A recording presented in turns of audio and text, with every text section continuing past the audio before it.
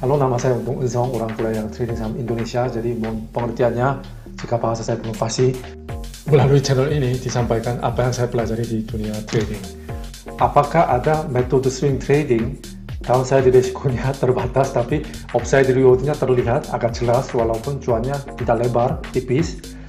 Khususnya buat karyawan-karyawan yang sibuk jadi nggak bisa pantau market terus. Di Korea ada namanya schedule trading.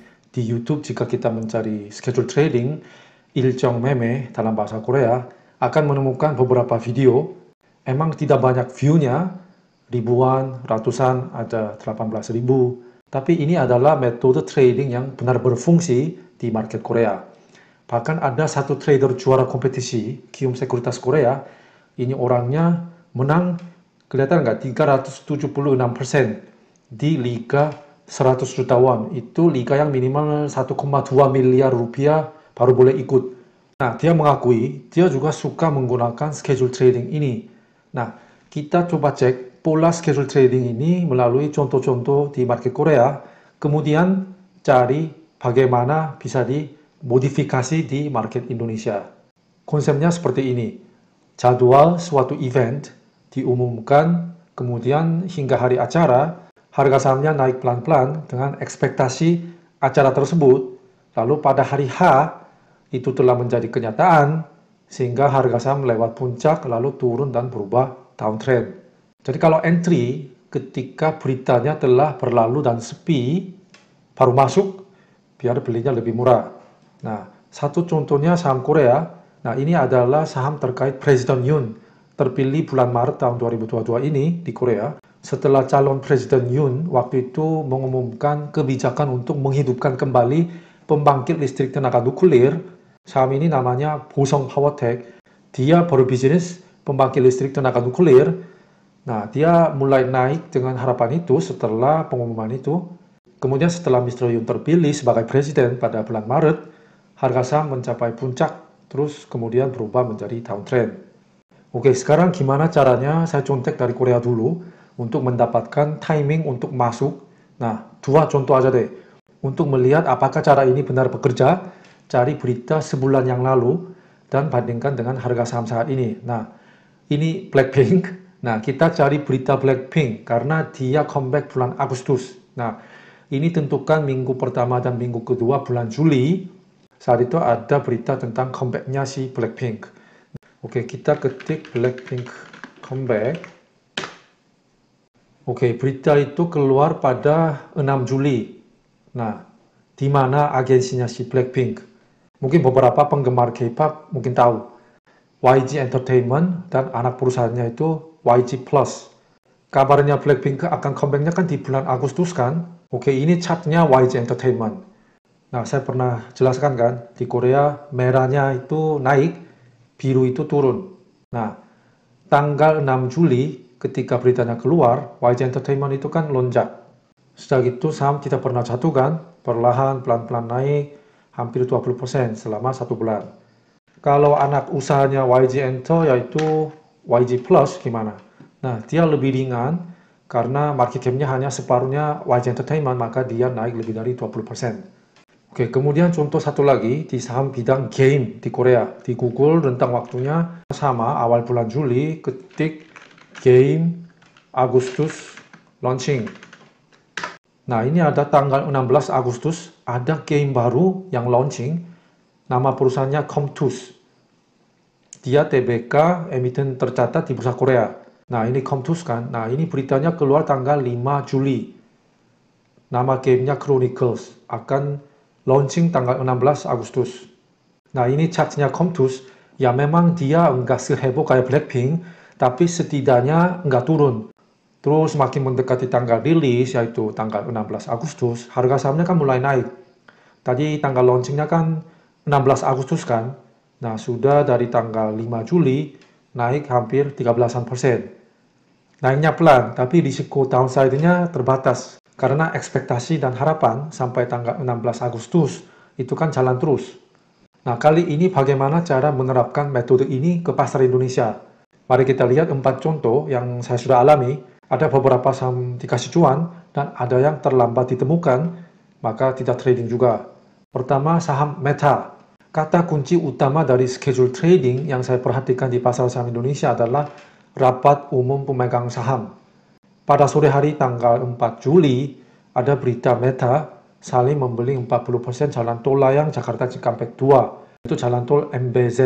Hari berikutnya tanggal 5 kan, naik tinggi kan, tapi kita tidak kejar dulu. Keputusan material seperti ini biasanya butuh persetujuan RUPS, yaitu Rapat Umum Pemegang Saham. Nah, di keterbukaan informasi IDX, kita cari Meta, terus kata kuncinya rapat.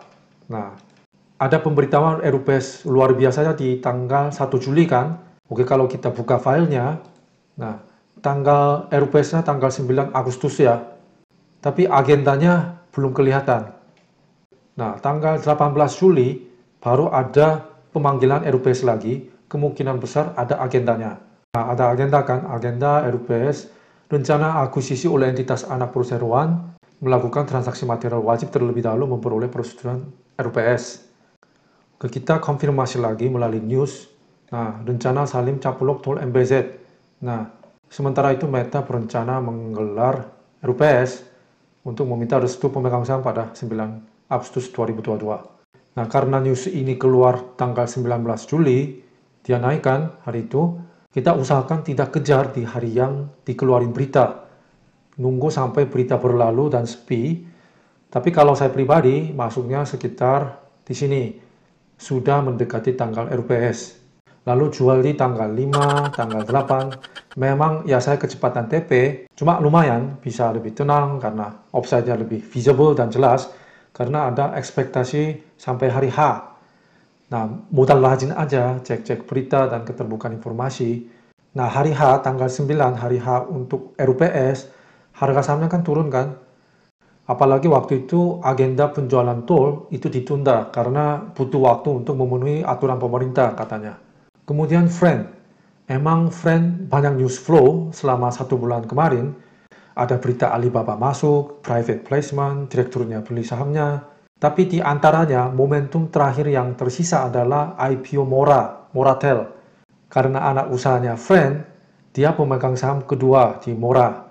Ada beritanya kayak ini selama bulan Juli kemarin. Nah, tanggal berapa IPO Mora? Itu tanggal 8 Agustus. Nah, tanggal 8 Agustus itu puncak harga saham kan?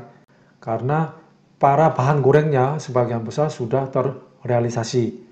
Jadi sejak pertengahan Juli ada kabar tentang IPO Moratel ini. Jadi saya in out aja dengan PSJP, beli sore jual pagi beberapa kali. Karena PD juga masih ada waktu hingga tanggal IPO Mora. Kebanyakan itu dikasih cuan sih. Dan betul setelah tanggal 8, saya coba trading tapi ya ujung-ujungnya CL. Karena tekanan turun ke atasnya itu agak lemah dibanding masa-masa yang masih ada bahan gorengnya. Oke, kemudian Excel Axiata. Kalau kita sudah baca berita Excel ini pada bulan Juli, bisa cari pemanggilan RUPS di keterbukaan informasi di IDX tanggal 19 Juli kan.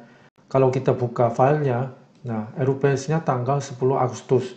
Agendanya persetujuan penambahan modal, right issue. Itu tujuannya untuk mendukung pertumbuhan perusahaan. Oke, tadi pemanggilannya kan tanggal 19 ya, tanggal 19 dan 20 naik.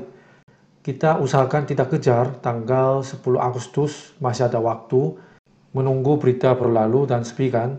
Nah, sampai tanggal 10 berarti kan naik, ini tanggal 10.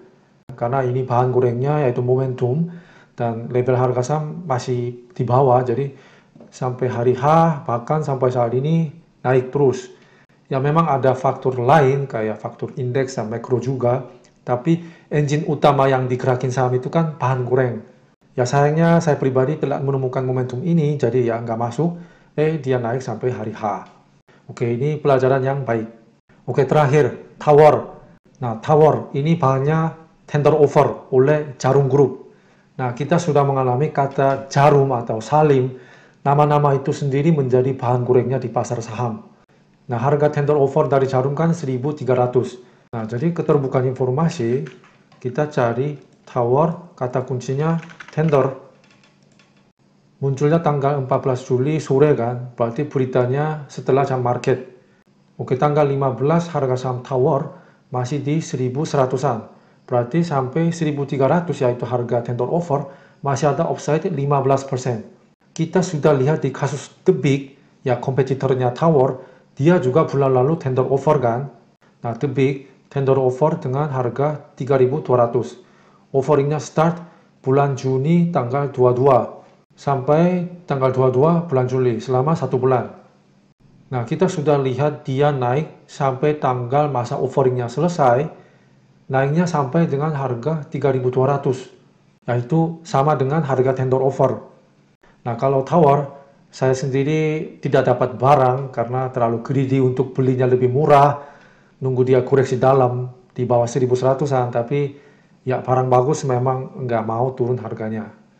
Schedule trading tidak selalu kasih cuan, karena ada faktor lain juga pasti, tapi setidaknya downside resikonya terbatas karena ada ekspektasi atau harapan pasar sampai hari H, yaitu event acaranya terrealisasi. Oke, sekian dari saya. Kalau konten ini bermanfaat, like dan jangan lupa subscribe dan komentar dan set alarm biar tidak ketinggalan saat konten berikutnya sudah di-upload. Terima kasih, sampai jumpa.